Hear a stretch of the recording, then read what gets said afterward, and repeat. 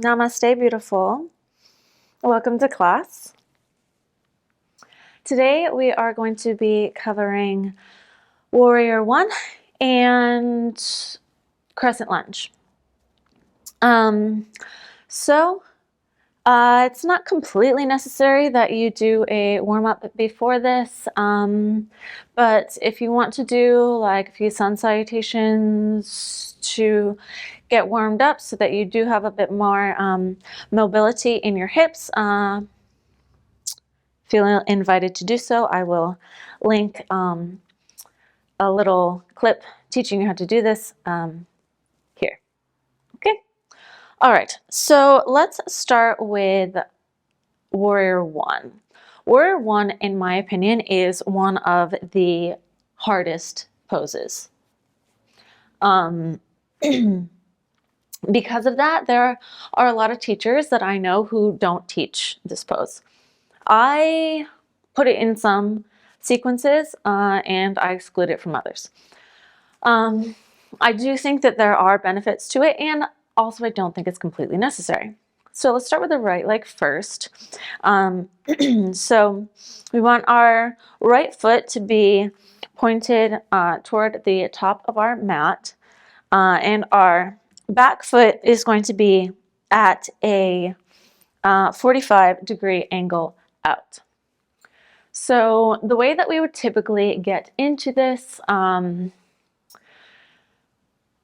probably would be like as if we were doing sun salutation B in Ashtanga. So we would be in downward dog, right? And then we would be stepping our right foot forward. Well, actually, we would first rotate our left foot 45 degrees, right? And then we would step our right foot forward. And then we would come up. So generally in Ashtanga, then we are sweeping our fingertips on the floor. And this way we can kind of ensure that we are deep enough in our lunge here.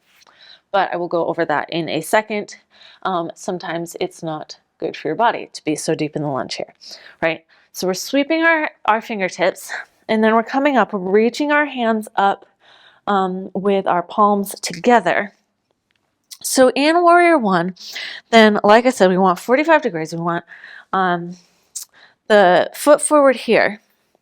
And ideally, our hips are both facing forward so that they are square. And our knee is perpendicular to our knee, sorry. Our knee is bent with the thigh perpendicular to the calf. So that being said, I'm going to come out so I don't overwork my muscles. When we're checking to make sure our alignment is correct, then we want to do so from the bottom, right? So we're first making sure that our feet are pointed the right way, our ankles feel good, and then we're moving up to the hip, to the knees, and then we're moving up to the hips, the shoulders, the hands, right? So if it doesn't feel comfortable with the left foot 45 degrees, then you can slide it in so that it feels more comfortable. And that's why I'm putting Crescent Lunge in the same thing, because Crescent Lunge is just generally more comfortable, right? Okay, so let's try it again from Downward Dog, right? So we rotate the foot 45 degrees, and then we're going to step the right foot forward. And here we want to check to make sure that our hips are square, so that then when we come up, our hips are square, our leg is at this 90-degree angle, our arms are extended upwards slightly so that our hands are basically like over the head, and then we're looking toward the hands, right? So very difficult pose. Let's go ahead and try it on the left side so you can feel what feels best in your body. You can try to get your body to memorize it. And again, this is a really hard pose, so if it doesn't feel good for you, don't feel too discouraged, please. You can do crescent lunge until you get to a point that you feel like warrior one is able to be in your practice. Okay, so let's go back into our downward dog. And now we're going to rotate the right foot out 45 degrees. And so already here, like my hips want to start unsquaring, right? So as you move the foot 45 degrees, concentrate on pulling back on the left hip. And then as you step the left foot forward, finding that 90-degree angle, then already, right, be pulling back with your left hip. See, I need to even check myself in the mirror to make sure I'm doing it right. So I wanted to make sure I had my mirror for this, right? Okay, so then we're sweeping our fingertips, and then we're coming up, checking our alignment. Hopefully you can have a mirror or you have a camera or something that you can check it, and then bringing our hands up, right? Okay, so my right foot is a lot better than my left foot when it comes to warrior one. It's a lot harder for me to keep my head square. So, yeah, so we want, since we do want our hips to be square, then we can be, if we can't keep them square when we're all the way in this 90-degree angle, then most people, and this is how we see most people doing this, right? We'll have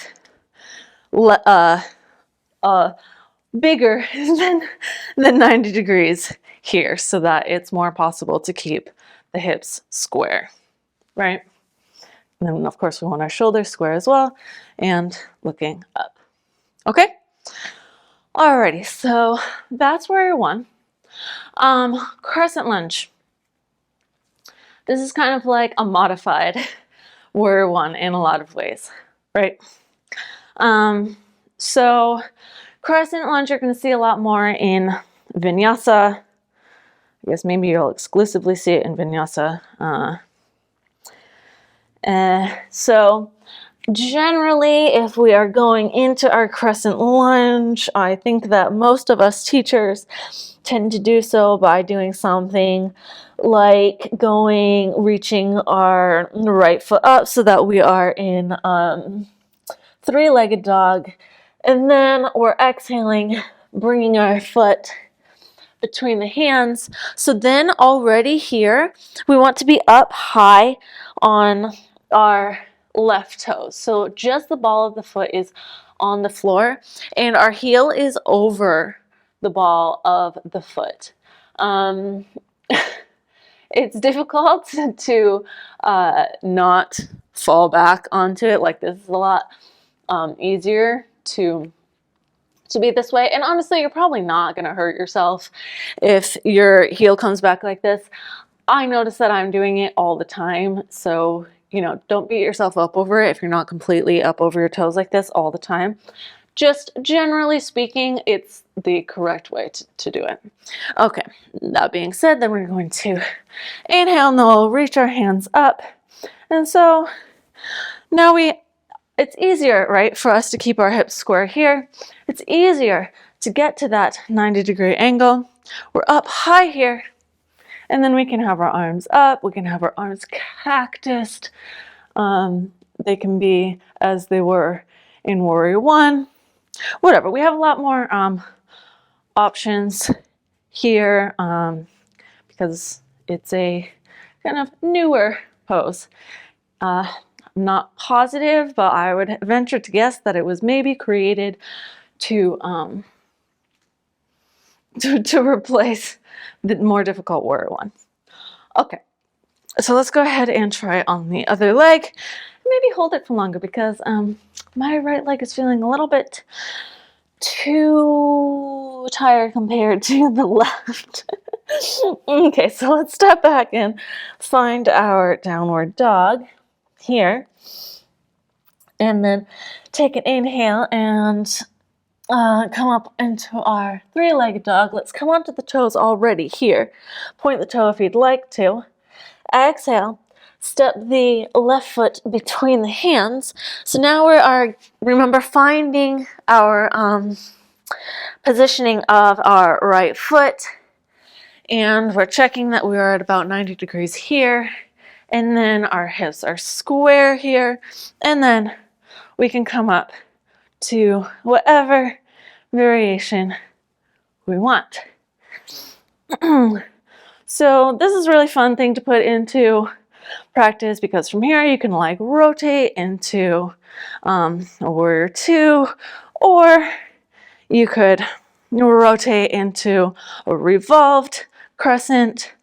You can more easily step up and then come into something like warrior three or standing split, something like that.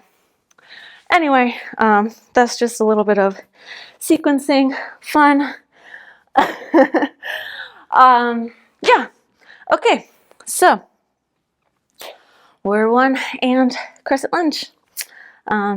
Practice makes perfect, and we are always practicing because we are never really perfect, which is perfect in itself. Okay, thank you. Namaste.